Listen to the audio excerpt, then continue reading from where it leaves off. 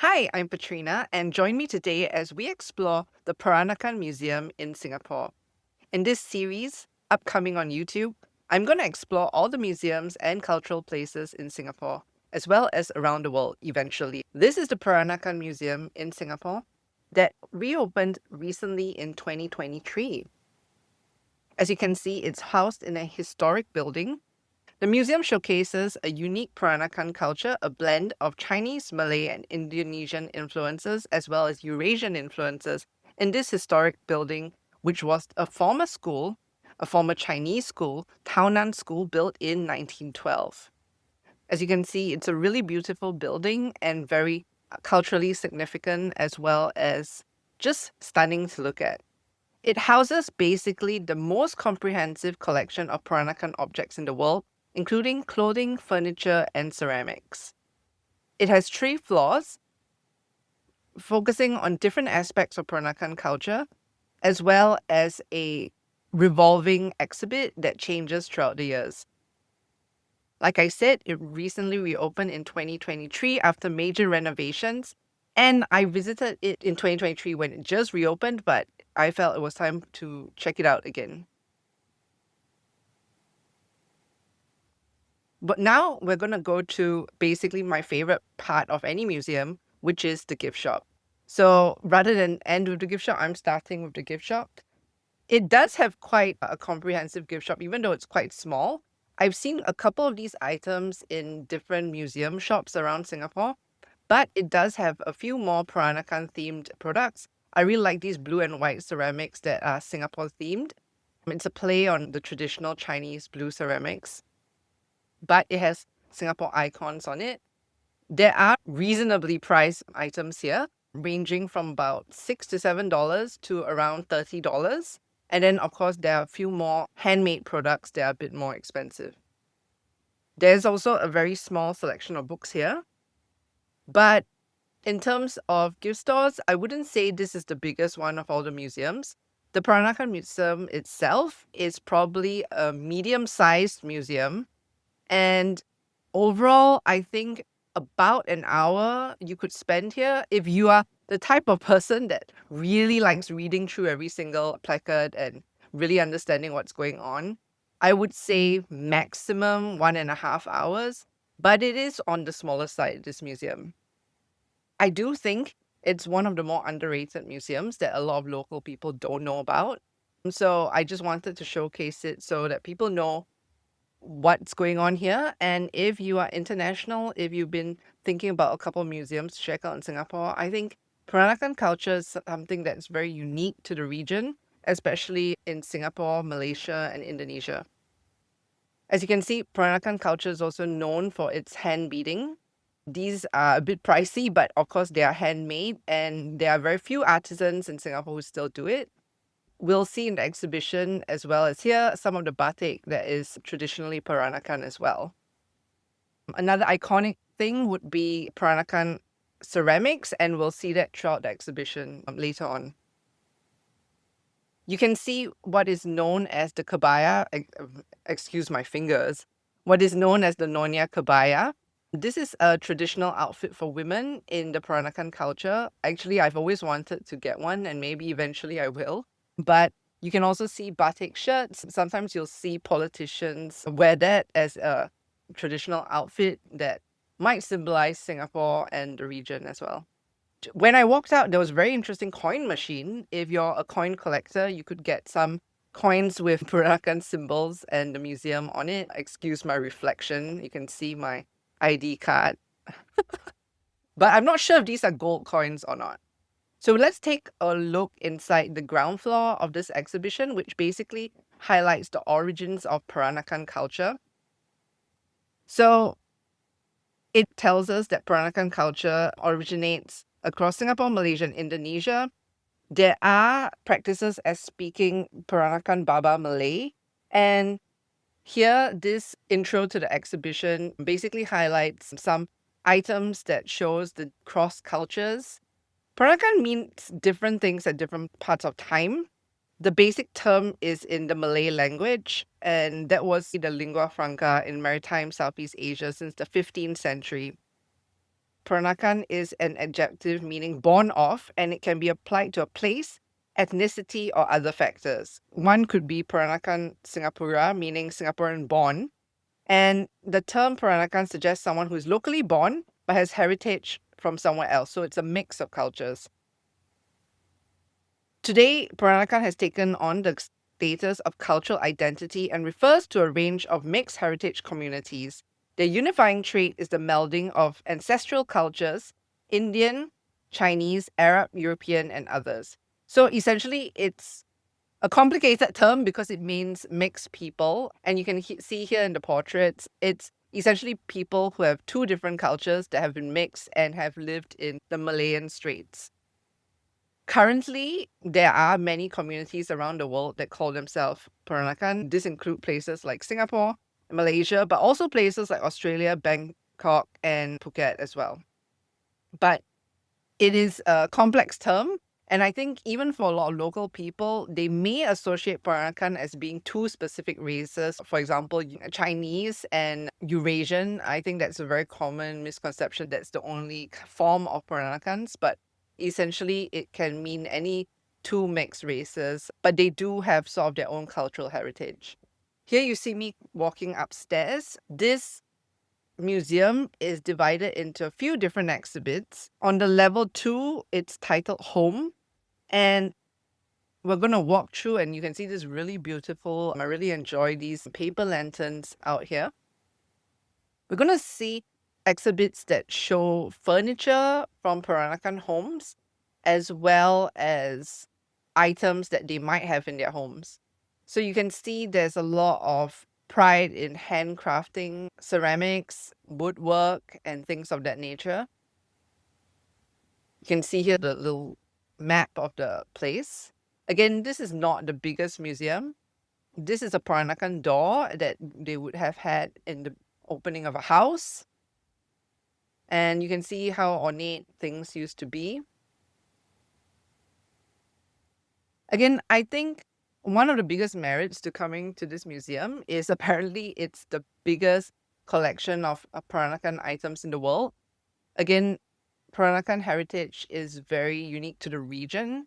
So if you're interested to know about this culture, this is a really great museum to go to. And actually, I encourage even local people to go to because I think even amongst local people, there's a bit of confusion is who are the Paranakan people. One thing they are also really known for, like I mentioned, is actually hand-painted ceramics and the beautiful colors that you see here. So these are some of the ceramics that they would actually have used in their day-to-day life, not just something for display, but actually eat off. And you'll see some of the kitchenware that we have here. Again, some of these Peranakan families actually had quite a bit of wealth. So you'll see some of these commission pieces that they may have gotten from China, from Europe, and all across the globe, which creates its own flavor, right? Because essentially when we talk about Peranakan, it's two mixed ethnicities and cultures. So if, for example, they were Eurasian, which is a Euro-Asian mix, and Chinese, then they might have ceramics that reflect both cultures, right? So ceramics that have motifs of European culture, but the colors and the techniques of European porcelain. Sorry, Chinese porcelain. Yeah. These are extremely beautiful, and I think many sort of local artisans still use these color schemes. When you think of Paranakan tiles, you think of these pinks and these bright blues, and you can still see these in some areas in Singapore.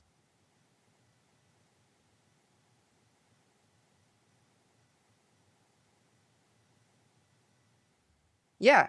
So now I'm taking you across out of this area and you'll see more of kind of the things that they would have in their home. This is a very elaborate dresser. Also to mention, there are activities for kids and I will participate in some of this later. I'll show you. And there you have more of a Chinese style kind of sort of formal sitting room area.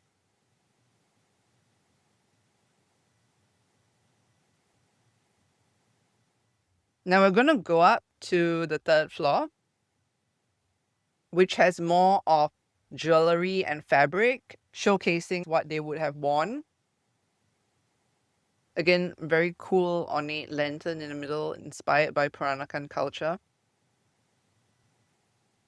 So I'm going to enter this. You'll see behind this outfit that there is another gallery that again has a rotating special exhibition. And I did not pay for that. Local Singaporeans get to see these general galleries for free. But if you do want to pay, I think it was $6, you do get access to a special exhibition that changes every year or every 6 months. Here is a really beautiful example of Paranakan beading. Again, that's something they're very known for. And you can see they're using these glass beads. And again, this is huge. This is really big. This was something that was specially commissioned. And again, this would probably be for quite a wealthy family, as you can imagine, the amount of hours it would have taken to create. A lot of these things in this gallery, especially, for example, this is a marriage bed that was commissioned for a marriage, were themed around marriage. And so, for example, this matching set of the bed and everything else was for a very elaborate Peranakan wedding. The bed would have had been made specially for a wedding and would have been blessed by having a young child role in it. You will still see this in a lot of Chinese culture today. This is a Chinese ancestral altar for Paranakan family. And here you see, which is actually common in today, you would have maybe two different change of outfits, a more traditional Chinese wedding outfit and then a Western wedding dress. Here we have a gallery that covers some of the jewelry at the time. For Paranakan families, jewelry were not just decorative, but were also mark of status, but also was seen as a symbol of protection of the family. So they would have sort of spiritual significance as well. And here you can see some very sparkly bling. And yeah, I think it's very cool to see these pieces displayed, but also to understand the cultural significance of them. Here we have all the outfits that they would have had worn during the time, more Nonya kebayas, as well as the very signature slippers, hand-beaded slippers. So these are very fine specimens. Again, because it is a mix of culture, you'll see some Western influences, some Indian influences, some Malay influences, and some Chinese influences, depending on who the owner is. I really like this particular pair, which had Betty Boop and Mickey Mouse. So that's very interesting to see the pop culture references in these old slippers as well. This is again on the third floor, and it is a darker gallery. I think also, if you're familiar with sort of the preservation of fabrics and materials, you do want to keep them in low light conditions to prevent fading. Walking through, we'll see some of these exquisite batik pieces. So batik actually is a regional art that uses wax, melted wax onto cloth, and then using dye to stain the fabric. And then eventually melting the wax off so that you have a usable piece of fabric that can be incorporated into clothes or just cloths, or more commonly now you see them in sarongs, in places like Indonesia as well. You can see how fine the work is. I recently tried my hand at batik, and I can tell you, mine was nothing as close to this. Yeah, so that actually is more or less the third floor. I'm actually going to go back down to the second floor to a little area that I missed out on. Again, this is a few more furniture pieces from Paranakan homes from the later era, where you can see like that's a large radio and these dressing tables. You can see me walking there. One cool thing is they have these things called stamp rallies, and in 3 different stations, you can basically stamp out a free postcard, different layers of the colors, and by the end of it, you present it to the ground floor and you get to do the black outline, the last stamp. So it shows you all the different layers that you can collect throughout the museum, and this is a free activity essentially. Here on the second floor, they were having a special peacock themed activity that you or children can do. So I actually did do this as free. I colored out a little peacock feather, which I eventually stuck onto the large peacock. I also had a really fun chat with someone who's working at the museum called Michael. Shout out to Michael. I told him I did ask him if he could do an interview, but because he said he didn't get permission from the museum, we'll keep it unofficial chat. But here you can see my finished postcard that I did, and it's really cute. And I did see quite a lot of people doing this. So for those also who want to think about accessibility, there is an accessible lift throughout the floors. There's also free water. And if anyone needs it, there's also an accessible toilet that can accommodate a wheelchair on the ground floor as well. Overall, the Paranakan Museum is a delightful medium-sized museum compared to the other museums in Singapore. It is more on the underrated side. I think it would take the average person about an hour to cover just the main exhibits. It is moderately convenient to get to. City Hall Station is less than 10 minutes away. For those with children, I wouldn't say this is the most exciting museum for kids. Even though you did see a couple of activity stations, it's not really geared towards children. I would say this museum is more geared towards those who are interested in material cultural history. Do note, it does not have an attached cafe or restaurant, unlike most museums in Singapore, but you will pass quite a few cafes nearby, and City Hall MRT is connected to a large mall, Raffles City, which has lots of food. Overall, it gives a good picture of Peranakan culture in Singapore. Personally, I would have found it more interesting if it had a more engaging focus on the lived experiences of Peranakan people. While the artifacts and display beautifully showcase material culture, I was left wanting to have more insight into how Peranakan individuals actually navigated their place within Singapore society. For instance, it would have been a little bit more interesting to explore how gender roles shape daily life. For example, how men and women experience Peranakan society differently, what expectations were placed on them, and how these roles evolved over time. Similarly, a stronger emphasis on sociological aspects such as class structures, family dynamics, belief systems, and social hierarchies would have added another layer of depth to the exhibition. Understanding not just what Peranakan culture looks like, but how it was lived, negotiated, and sometimes challenged would have made the experience feel a little bit more immersive and human. I would have also enjoyed having more personal narratives, oral histories, or even narratives about the tensions within the community would help visitors connect more meaningfully with the culture beyond its aesthetic richness. While there were a couple of oral histories, again, I think there was still the potential to get more in depth about how the culture was negotiated within its cultural history. Overall, I would recommend this museum to those who want to know a bit more about what Paranakan culture is, who is Paranakan, and what that culture looked like. Again, I went on a weekday, so you can see it's quite empty, but overall, it's a delightful museum that I would recommend.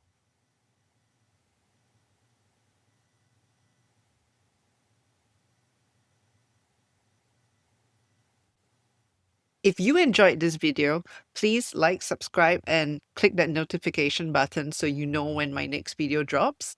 I will be aiming to visit more museums in Singapore in this series on YouTube, so hopefully we can discover these together. Thanks for watching.